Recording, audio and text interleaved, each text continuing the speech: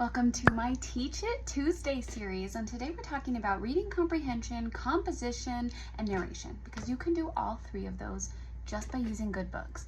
Now, I do specialize actually in making book studies, novel studies, book guides that go along with these things to help you as the parent teach your child composition, narration, and comprehension.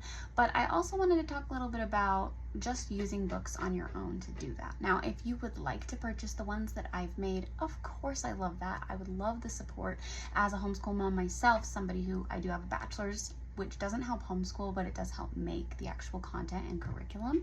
But I'm also just going to talk about how you can just use books you find at the library, books that you already have, maybe books that have been passed down to you. So we're going to talk about first narration. What is narration and how can you use it, and what age can you start? Because on my last post, I asked, what are your questions? And one of the questions was, well, they have a 2-year-old and a 4 and 5-year-old.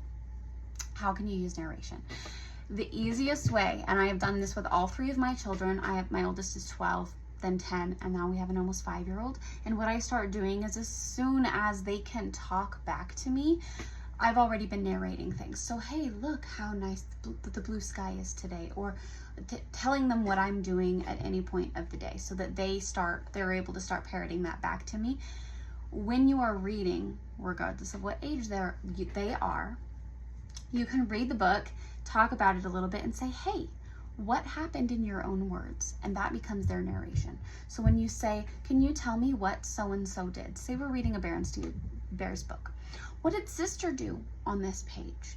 Oh, well, sister did this. That is narration. Okay, so when they can narrate to you, when they can paraphrase to you, when they can tell you in their own words what they have read or heard or listened to or watched, that is narration. And that is one of the things that a lot of people in the US are lacking as far as their literacy goes. A lot of people they can't tell you in their own words. So you can also think about this as just retelling. So they're retelling the story in their own words. That's what narration is. Before they can write or read themselves, they can narrate to you.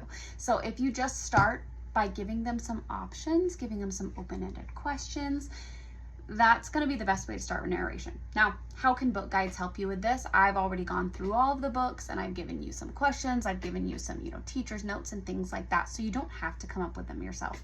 That's the main part of a book guide or a curriculum, is so that you as the parent don't have to come up with everything by yourself all the time. So that's one thing. Now, how does composition grow naturally throughout this? Charlotte Mason has talked a lot about this.